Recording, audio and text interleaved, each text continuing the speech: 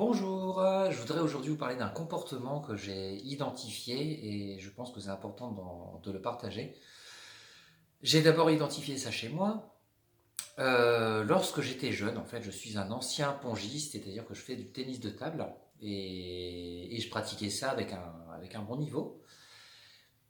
Et il m'arrivait régulièrement de m'apercevoir que en début de partie, je dominais la partie quasiment jusqu'à la fin. Ça se joue en 21 points, donc j'étais à 20. Ça m'arrivait souvent d'être à 20-12 ou 20-13 ou 20-14.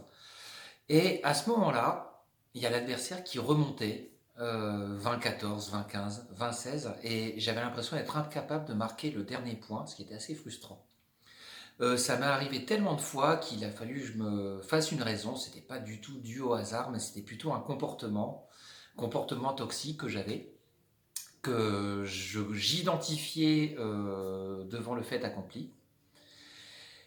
Et par observation, j'ai remarqué que beaucoup de personnes étaient dans ce cas-là quand ils entreprennent quelque chose. Au moment de la fin, c'est impossible de continuer.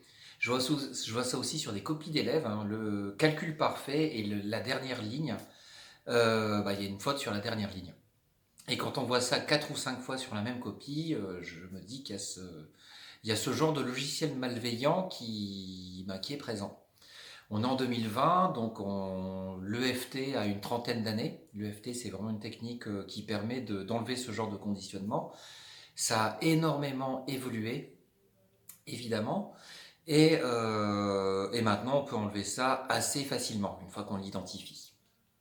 C'est ce que je vais expliquer dans le prochain stage, donc qui aura lieu le 9 février. Ce sera à Saint-Gingolf, à la frontière suisse. Entre autres, on parlera aussi d'émotions et tous ces petits logiciels malveillants qui peuvent polluer l'existence, surtout qui empêchent d'atteindre un objectif. Donc je mettrai tous les détails en fin de vidéo, en dessous de la vidéo. Donc si vous êtes intéressé, n'hésitez pas à me poser des questions ou me solliciter. Je vous souhaite une bonne soirée.